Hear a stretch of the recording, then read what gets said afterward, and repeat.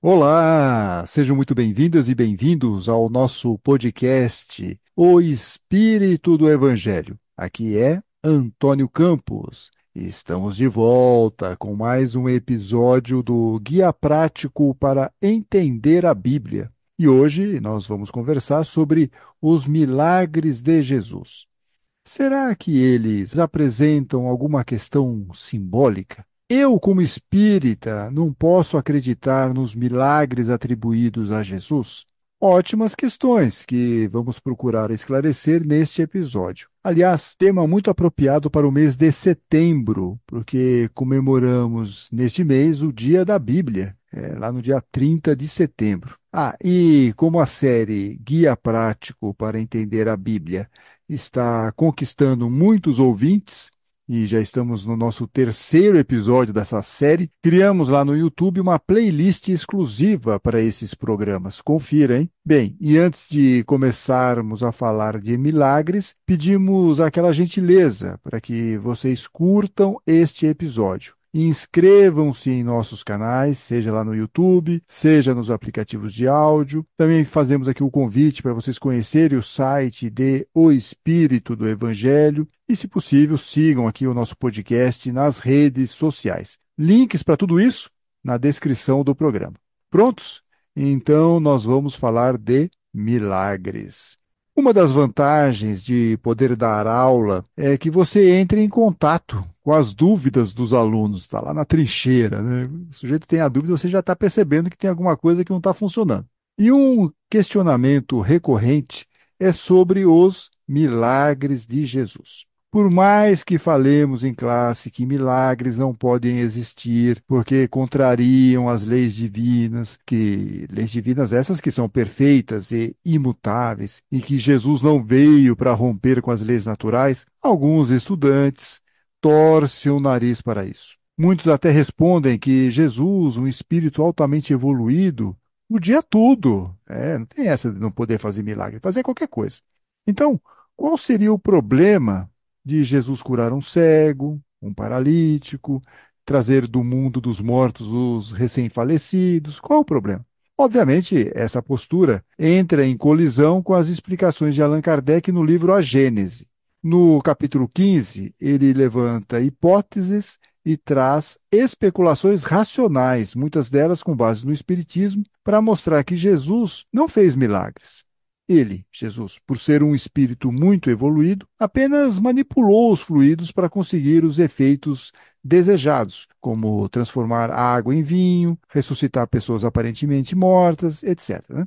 Mas, que ninguém nos ouça, aqui baixinho, né? Essa explicação de Kardec não cai bem para quem tem décadas de informação de que Jesus fez sim milagres. Diante disso, muitos alunos fazem cara de conteúdo lá nas aulas, aparentam concordar com as ideias de Kardec, mas no fundo, não estão muito certos disso. Existe um desconforto com o tal fim dos milagres. É como se Jesus não pudesse ser Jesus sem os milagres. Curioso isso, né? Agora, nessa barafunda toda que nós estamos falando, né, a questão de termos camadas e mais camadas aqui de compreensão de que Jesus realmente teve os milagres, fez os milagres, né? Por isso eu acho que vale a pena conversarmos um pouco, com um pouco mais de profundidade pelo menos, sobre os milagres de Jesus. Eu não vou tentar convencer ninguém, mas eu pretendo mostrar que temos camadas de informação dentro do Evangelho e que essas camadas não são excludentes entre si. Conseguindo compreender isso, você vai encarar com mais suavidade as passagens com os milagres de Jesus, ou os sinais, como diz o Evangelho de João. O Evangelho de João não fala milagre, ele fala sinais. Jesus fez 7 sinais. Bom, vamos lá. O primeiro nível de informação, esse é o mais tranquilo. A primeira camada, né, é o que o texto está narrando. É a chamada leitura literal da Bíblia. Dessa forma, vamos saber o que está acontecendo, qual é o caso, enfim, compreender a história que está sendo contada. Nesse nível, nós vamos ler que Jesus, por exemplo, transformou a água em vinho, que curou o cego de nascença, que ressuscitou Lázaro, etc. É o que podemos chamar de entendimento dos fatos. Não fazemos pré-julgamentos ou interpretações. Lemos e compreendemos o que está sendo narrado. Muitas pessoas leem a Bíblia apenas neste nível e também são impactadas por séries e filmes sobre Jesus que invariavelmente não fogem desse roteiro da narração literal. Agora, imaginem tentar romper esse entendimento tão enraizado, tão profundo em nosso imaginário. Causa mesmo um curto-circuito cerebral e ajuda a entender porque muitos espíritas têm uma dificuldade de aceitar que Jesus não fez bem milagres, ele tem lá uma explicação racional. Mas nós temos aí um tsunami de informações que vem nessa vida de vidas anteriores, então para nós está muito enraizado esse entendimento dos milagres. Então, claro, vai causar mesmo um curto-circuito cerebral. E vocês podem me perguntar: é um problema ficar apenas neste nível, o nível da leitura literal? Não, não vai cair o teto na cabeça de vocês. Mas vocês têm nível intelectual para ir mais fundo. Sim, você aí que está me ouvindo, né? Você tem nível intelectual para ir mais fundo, para se aprofundar um pouco mais nessa questão, não ficar apenas na epiderme do texto, para enxergar outros aspectos dessas passagens. Entender, por exemplo, que alguns recados estão sendo dados, seja por intermédio de Jesus, seja pelo evangelista, o autor do evangelho. É aqui que entramos no segundo nível de leitura. Bom, para não ficar aqui só nesse blá blá blá aqui, né? Vamos pegar a Bíblia. Então já peguem lá, enquanto eu estou falando mais um pouquinho, já peguem a Bíblia. E vamos ver aqui um caso concreto, para vocês compreenderem o que seria essa segunda camada de compreensão.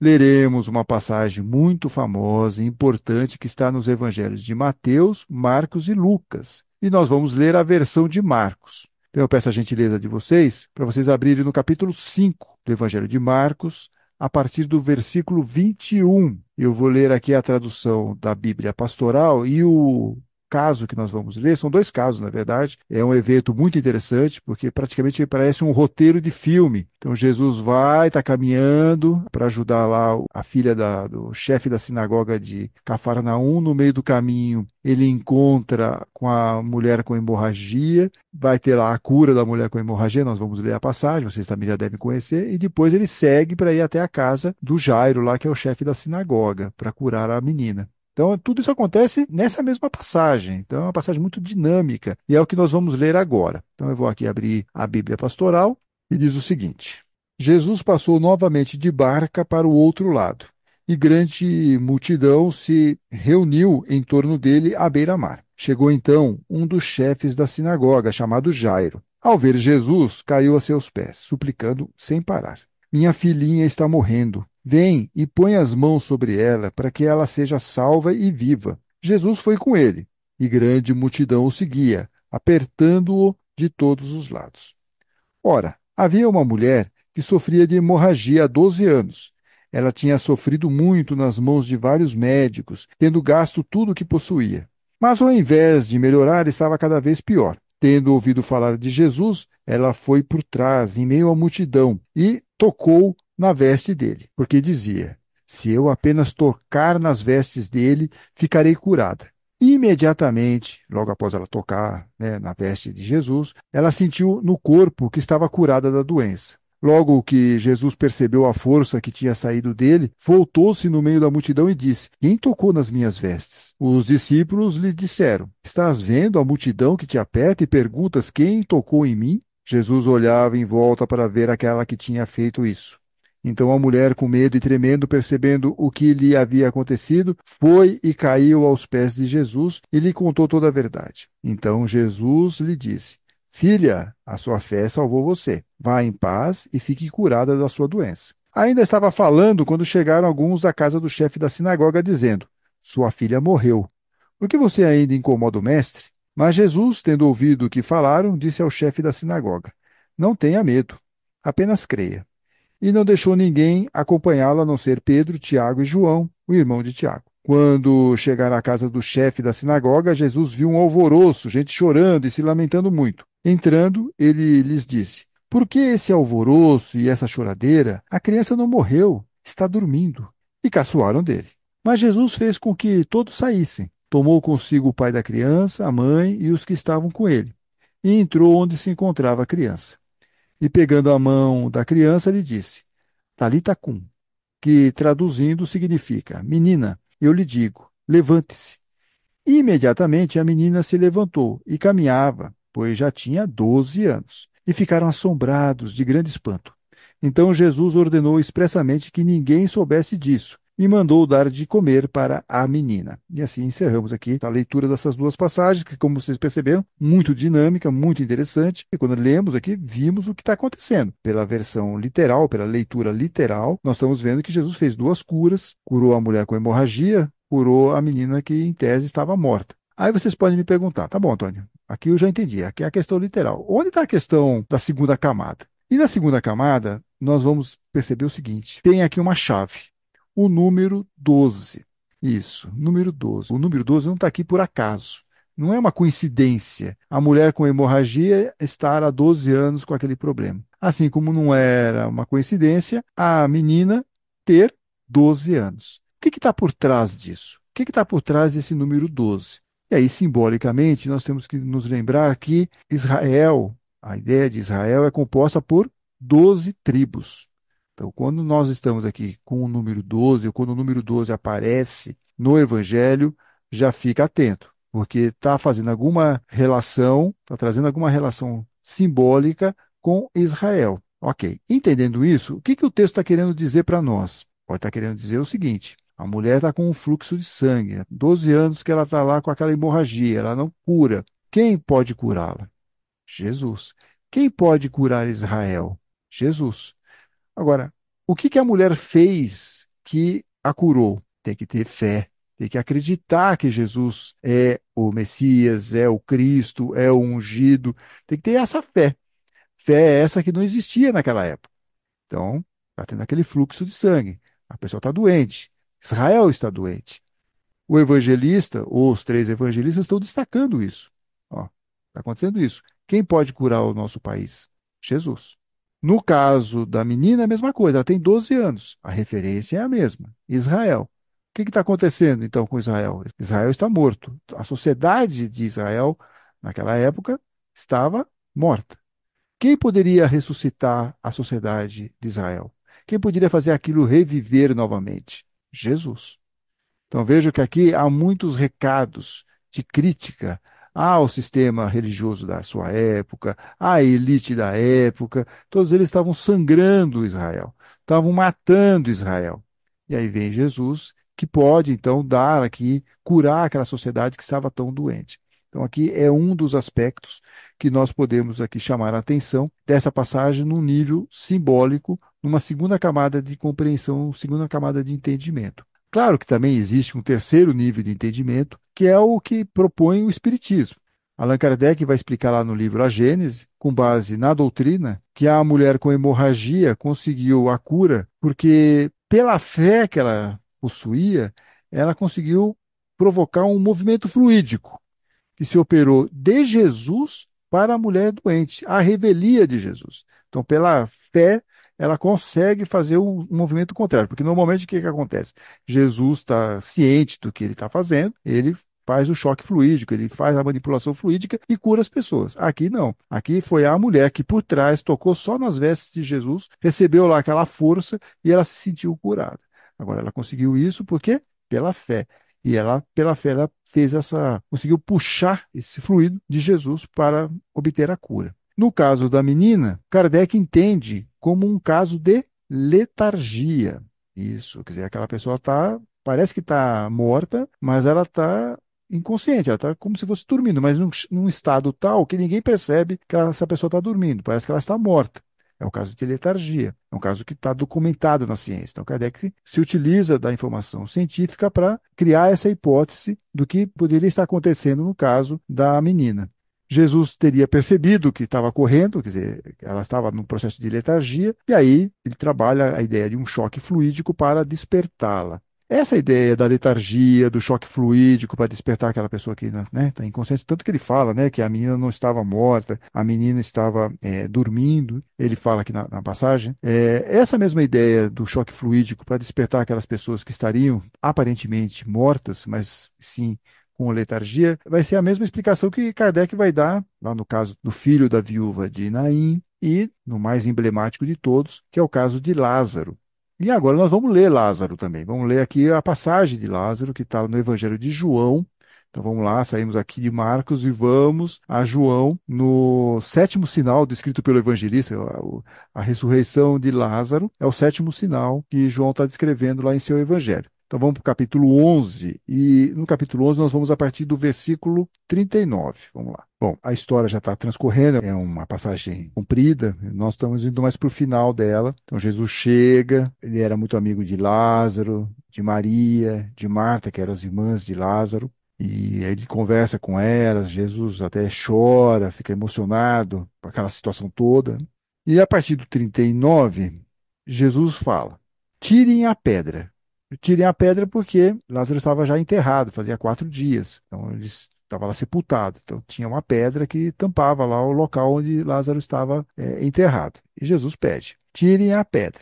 Maria, irmã do falecido, ou seja, irmã de Lázaro, disse: Senhor, está cheirando mal, já são 4 dias. Jesus disse: eu não lhe disse que, se acreditar, você verá a glória de Deus? E aqui só um ponto que eu acho que é importante. Até mesmo na linguagem literal, ou na leitura literal que nós fazemos, nós temos que ficar muito atentos, para não cair em armadilhas ou escorregar numa casquinha de banana. Normalmente, quando nós lemos essa passagem, ou quando nós temos lá em séries de TV, em filmes, vai sempre aparecer a imagem de quando estão abrindo a tumba, fica aquele miasma, né, o cheiro, e as pessoas pegam e ficam abanando até na frente do nariz, para ver se consegue se afastar do cheiro. Agora, quando Marta conversa com Jesus, e ela fala: Senhor, está cheirando mal, já são 4 dias, a pedra não tinha sido removida ainda. Ela estava especulando que, por Lázaro estar enterrado há 4 dias, o corpo dele já deveria estar em deterioração. Mas isso não corresponde à realidade, porque nós não sabemos o que estava acontecendo. Podia até estar cheirando mal, mas o Evangelho não traz essa informação. Traz antes essa conversa, antes de a tumba ser aberta. Então, às vezes, a gente fica com essa impressão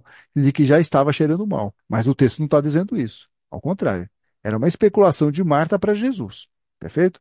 E aí todo mundo fica lá com aquela história de que estava cheirando mal porque o cadáver já estava apodrecendo. Não é assim que está escrito aqui no texto, tá bom, gente? Então tomar cuidado também, porque às vezes, até na linguagem literal, na leitura literal, nós podemos aqui nos equivocar no entendimento. Bem, então Jesus vai falar que, olha, eu não lhe disse que, se acreditar, você verá a glória de Deus, e aí finalmente tirar a pedra, tá? Tirar a pedra. Jesus levantou os olhos ao alto e disse: Pai, eu te agradeço porque me ouviste. Eu sei que sempre me ouves, mas falo assim por causa da multidão aqui presente, para que todos acreditem que tu me enviaste. Tendo dito isso, gritou bem forte: Lázaro, venha para fora.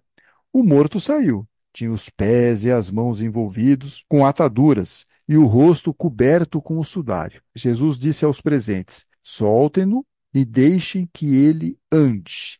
Então, essa é a passagem. Vocês viram que depois que abriu a tumba lá, tiraram a pedra, ninguém fala que o evangelista não fala que estava cheirando, tá? Só para a gente deixar isso claro. Mas essa é a leitura literal da passagem. Então, Jesus chega, manda abrir a tumba, faz lá a chamada para Lázaro, e Lázaro, que em tese estava morto, ressuscita para assombro geral de todo mundo. E ele aparece todo enfaixado, né? Como era o procedimento dos enterros na época lá de Jesus. Então, essa é a leitura literal. Qual é a leitura simbólica que nós podemos fazer? E, como sempre, a leitura simbólica envolve muitas interpretações, muitos entendimentos. E aqui nós podemos ter um entendimento, uma possibilidade de entendimento, porque não existe só uma resposta ao Evangelho. Acho que todos vocês já perceberam que as interpretações elas podem ser múltiplas, e isso não é um problema, né? Na segunda camada, isso vai acontecer com mais frequência, claro, porque você vai fazer uma interpretação a partir daquilo que você está lendo. E uma interpretação que eu gosto muito desse momento aqui, desse momento em que Jesus manda tirar a pedra, que Lázaro está lá fechado lá na tumba, me remete muito à questão da reforma interior. Ah, como assim, Antônio? Do que você está falando agora? Você está ficando louco? Vejam só, Lázaro está enterrado. Ele está enterrado lá numa cova que provavelmente tem pedra para tudo quanto é lado. Então ele está cercado pelo mundo material, simbolicamente. Ele está lá preso. Ele não consegue sair de lá. Ele está preso. Está fechado lá. Aí vem Jesus, vem o plano espiritual maior. Fala assim, não, esse sujeito precisa evoluir. Esse sujeito não pode continuar dessa forma. Ele não pode ficar preso no mundo material. Ele precisa se abrir para outras possibilidades. E aí ele manda tirar a pedra que estava fechando aquela tumba. Então é o momento em que o plano espiritual vai tentar, de alguma maneira, trazer aquela pessoa para o lado correto da força. É o momento em que você, depende do plano espiritual, te leva para um centro espírita, te leva para uma casa de oração, te leva para mostrar que você não pode continuar naquela situação, que você precisa evoluir. Então ele te dá essa possibilidade. E aí, quando Jesus chama, ó, Lázaro, vem para fora. É o plano espiritual falando: venha, vamos aqui ver outras questões. Larga esse mundo material em que você está encerrado, que nem um cadáver aí dentro. Venha para cá, venha para fora, vamos aprender outras coisas juntos. E Lázaro sai. E sai como? Cheio de bandagens, inclusive na vista. O que representam essas bandagens, essas faixas? As nossas negatividades, as nossas imperfeições morais. Então Jesus fala: olha, ajudem lá, ajudem esse rapaz, né? Tirem essas faixas e tal. Mas é o processo lento e gradual da nossa evolução. Com o tempo, não vamos fazer isso sozinhos, vamos fazer sempre com ajuda, seja aqui de reflexões, como o nosso podcast coloca, seja lá no centro espírita, seja pelo passe, seja pelo que for. Mas você não faz isso necessariamente sozinho. Você tem outras pessoas te ajudando nesse processo. E você vai fazer isso ao longo do tempo para se tornar uma pessoa melhor, uma pessoa mais evoluída, um espírito mais evoluído. Mas tudo isso começa quando Jesus, o plano espiritual, fala: chega, vem para cá. Ele te dá essa oportunidade de você iniciar uma nova caminhada. Então, é esse um aspecto que eu gosto muito, simbólico, numa segunda camada de entendimento da passagem de Lázaro, que conversa muito com cada um de nós, porque, de uma certa forma, eu tenho certeza que cada um aqui se identificou um pouco em sua trajetória pessoal com essa descrição que eu apresentei aqui para vocês. Nosso processo de reforma interior. Ok, é um processo passivo, vamos chamar assim, quer dizer, nós não fomos porque nós acordamos um belo dia e falamos: agora eu quero ser uma pessoa melhor. Não, não aconteceu dessa forma. Mas o plano espiritual entendeu que era o momento para que aquela ovelha que estava desgarrada, que era Lázaro, representando simbolicamente por Lázaro, devesse voltar aqui para a casa do Pai de um jeito positivo, ou seja, pela evolução espiritual. E, obviamente, né, só para reforçar aqui, essa manipulação fluídica que Kardec fala, que Jesus fazia e que acordou Lázaro, quer dizer, Lázaro também estava no entendimento de Kardec, pelo nosso terceiro nível de compreensão. Quer dizer, Lázaro estava dormindo na questão da letargia. Ele estava lá imobilizado, ele parecia morto por causa da letargia, né? Então, graças a isso que Jesus vai poder, aí, não só nesse caso, mas em outros casos, pela essa manipulação fluídica, ele vai conseguir curar muitas pessoas. E essa manipulação fluídica vai ser importante na cura do cego Bartimeu. Cego Bartimeu. Uma passagem também muito importante e simbólica e que está em 3 evangelhos. Já vão pegando lá Marcos, vamos agora de volta para o Evangelho de Marcos, no capítulo 10. A partir do versículo 46. E aqui, quando nós formos para o nosso segundo entendimento, para a nossa segunda camada de compreensão, vocês vão ver que o cego Bartimeu vai ter uma postura diferente de Lázaro, né? Nós vimos Lázaro numa postura mais passiva. Agora nós vamos ver o que seria uma postura ativa quando você procura Jesus. Então vamos lá, já vamos abrindo Marcos, capítulo 10, versículo 46. Eu vou ler a partir do versículo 46. E chegaram a Jericó. Então, estamos aqui na segunda cidade mais importante da Judéia, pelo menos do ponto de vista econômico, que é Jericó. Jericó só perdia em importância econômica para Jerusalém. E no entendimento aqui de Marcos, quer dizer, Jesus está subindo, está passando por Jericó, porque ele vai subir para Jerusalém, onde ele vai passar os seus últimos momentos, lá em Jerusalém. Então, e chegar a Jericó. Quando Jesus saía de Jericó, com seus discípulos e considerável multidão, Bartimeu, filho de Timeu, um mendigo cego, estava sentado à beira do caminho. Ao ouvir que era Jesus de Nazaré, começou a gritar: Jesus, filho de Davi, tem piedade de mim. E muitos o repreendiam para que se calasse. Mas ele gritava ainda mais forte: Filho de Davi, tem piedade de mim. Jesus parou e disse: Vão chamá-lo. E chamaram o cego, dizendo-lhe: Coragem, levante-se, ele está chamando você. Jogando fora o manto, ele deu um pulo e foi até Jesus. E Jesus lhe perguntou: O que deseja que eu faça por você? O cego respondeu: Mestre, que eu possa ver novamente. Jesus lhe disse: Vá, a sua fé o salvou. E, imediatamente, ele voltou a enxergar e seguia Jesus no caminho. Olha que coisa legal, né? Que bacana essa passagem do ponto de vista simbólico. Quer dizer, o literal é aquilo, né? Jesus está passando por Jericó, encontra o cego pede para ser curado, ele cura o cego e o cego depois acompanha Jesus. Então, isso aqui é a leitura literal. Mas agora vamos ver do ponto de vista simbólico. O que que acontece aqui no entendimento simbólico? A primeira dela, quer dizer, a postura de Bartimeu, ao ouvir que Jesus está passando, ele está à beira do caminho. Ele está à beira do caminho, ou seja, ele está afastado, ele está perdido, ele não está no caminho, ele não está seguindo o fluxo, ele está lá parado, ele está à margem. Quando ele ouve que Jesus está passando na cidade, o que que ele faz? Ele faz uma ação, ele toma uma atitude. Ele começa a gritar: Jesus, filho de Davi, tenha, tenha piedade de mim. Quando ele faz isso, ele está tentando o quê? Um contato com Jesus. Ele está com um contato para tentar melhorar aquela situação em que ele estava. Ele tá sendo proativo com a sua atitude. Ele está sendo proativo para tentar buscar a sua melhoria, que é bem diferente do que aconteceu com Lázaro, pelo menos na questão simbólica. Quando ele começa a gritar, o que que acaba acontecendo? Pessoas no entorno falam assim: fica quieto, tenta cortar o Bartimeu. Que é o problema que nós também vamos enfrentar quando nós começamos assim a nossa caminhada mais espiritual. Sempre vai ter alguém falando assim: ah, não acredito que você vai lá naquele centro espírita, você acredita nisso? Né? Sempre tem essas pessoas assim que tentam nos tirar daquele caminho, tentam nos calar, impedir a nossa busca por uma melhoria. Mas o que faz o Bartimeu? Ele se intimida com isso? Não, ele fala: não, eu sei que eu quero. Eu quero o contato com Jesus. E vai e continua gritando cada vez mais alto, a ponto de Jesus parar. Ah, pá, chama esse rapaz aí, chama esse pai. E aí ele se levanta. Ao mesmo tempo que tem as pessoas que estavam criticando o Bartimeu, tem aquelas que vão incentivá-lo. Vai lá, coragem, Jesus está chamando. Que é o amparo que nós recebemos de muitas pessoas, principalmente quando nós estamos lá numa casa de oração, no centro espírita. Né? Você está recebendo aquele bom ânimo daquelas pessoas que estão lá, porque todos nós queremos que aquela pessoa consiga a sua melhoria. Perfeito. E aí Jesus então chama o cego Bartimeu. O que que o Bartimeu faz? Ele se levanta num pulo, larga o manto. O manto aqui a gente pode entender como as nossas negatividades. Da mesma forma que Lázaro tinha aquelas bandagens, o cego Bartimeu vai ter o quê? Ele vai ter o manto. Então ele quer se aproximar de Jesus, ele não quer mais aquele manto. É uma possibilidade simbólica de você interpretar dessa forma. Pode ser também uma autoestima baixa que ele vai largar, porque agora ele vai fazer o contato com Jesus. Você pode interpretar de muitas maneiras esse manto. Eu gosto de pensar que são as imperfeições. Ele vai se conectar com Jesus. E aí acontece uma coisa interessante. Jesus faz a pergunta para ele: o que que você quer? O que que você quer? Ele faz uma pergunta muito objetiva. Eu não sei se Jesus me perguntasse o que que você quer, Antônio. Eu não sei se eu saberia dizer. Porque às vezes a gente não sabe o que a gente quer. Nós não temos clareza do que nós queremos. E aí, Bartimeu teve clareza. Eu quero voltar a enxergar. E a ideia do enxergar, ele é muito simbólica porque envolve a visão. Então, toda vez que aparece a questão de Jesus abrindo os olhos das pessoas, é para as pessoas enxergarem espiritualmente.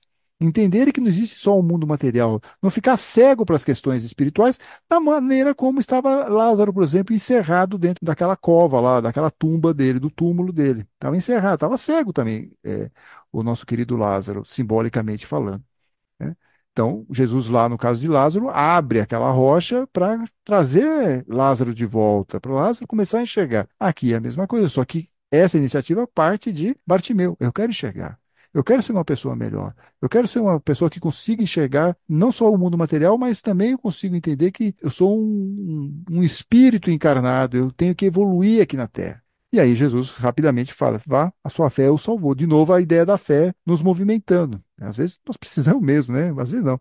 Nós precisamos da fé. A fé é que vai nos mover. A fé move montanhas, né? E termina a nossa passagem com o cego voltando a enxergar. Então Bartimeu agora não é mais cego, Bartimeu agora está enxergando. Está conectado com Jesus. E seguia Jesus no caminho. Isso aqui é importantíssimo. Termina a passagem desse jeito. Seguia Jesus no caminho. Ele não quer voltar a ser cego. Ele não quer ser cego novamente. Ele quer continuar. Ele agora está com os olhos abertos. Ele sabe que ele precisa estar em conexão direta com Jesus o tempo todo, pelos seus ensinamentos, colocando em prática aí, esses ensinamentos em sua própria vida para ser uma pessoa melhor, um espírito mais evoluído. Né? E é interessante porque quando Jesus pergunta para ele: o que que você quer por Bartimeu? Ele responde: mestre, que eu possa ver novamente. Algumas pessoas interpretam essa frase do tipo: ele já enxergou algum momento, se perdeu, talvez nesse mundo material, das imperfeições, dos defeitos, né, morais, e agora ele quer voltar a enxergar novamente. Então ele caiu, mas ele está querendo ficar em pé novamente, ele quer continuar a sua evolução espiritual. E ao saber disso, o que que ele faz? Quando ele é curado, quando ele consegue enxergar novamente? ele não vai mais largar Jesus. Continua com Jesus no caminho, porque ele não quer voltar a ficar cego. Ah, que interessante como essa ideia simbólica ela é muito importante. Obviamente, Kardec também vai colocar a questão fluídica.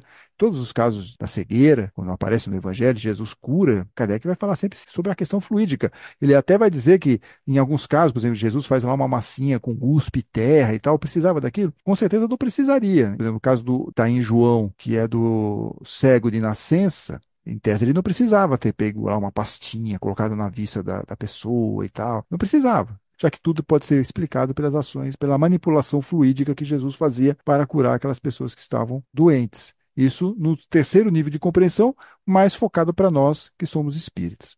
Olha, eu espero que tenha ficado claro ao longo do programa de hoje que nós podemos ler a Bíblia por camadas de compreensão. Ficar apenas na primeira camada, a da narração literal, nos faz perder lições preciosas. Nós precisamos abrir a nossa mente e romper com paradigmas sobre o nosso entendimento a respeito dos milagres. Para atingir essa segunda camada, vai ser importante ler interpretações de estudiosos da Bíblia, ou mesmo a partir de uma boa Bíblia de estudos. E, em nosso caso, como espíritas, nós temos uma terceira camada, que é formada pelas hipóteses levantadas por Kardec, que explicam, de uma maneira racional, as ações de Jesus e que foram atribuídas como milagres ou sinais. Em todos esses casos, em tudo isso, primeiro nível, segundo nível, terceiro nível de compreensão, não importa. Para quem gosta de estudar, é um prato cheio. Vocês concordam com isso?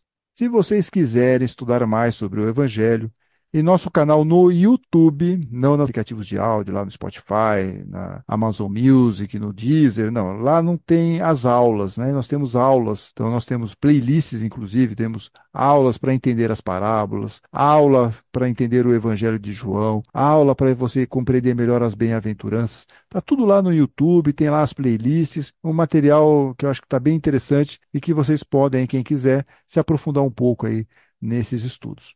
Eu vou reforçar aqui, por favor, não se esqueçam de curtir esse episódio, é muito importante para nós, ganha relevância e quando você curte, você mostra também para o YouTube que você gosta desse conteúdo e que você quer ser informado sobre novos programas. Então, mais um motivo aí para você curtir o nosso episódio. Também não deixe de nos seguir no YouTube, nos aplicativos de áudios e nas redes sociais. E daqui a 15 dias teremos episódio novo aqui no podcast O Espírito do Evangelho.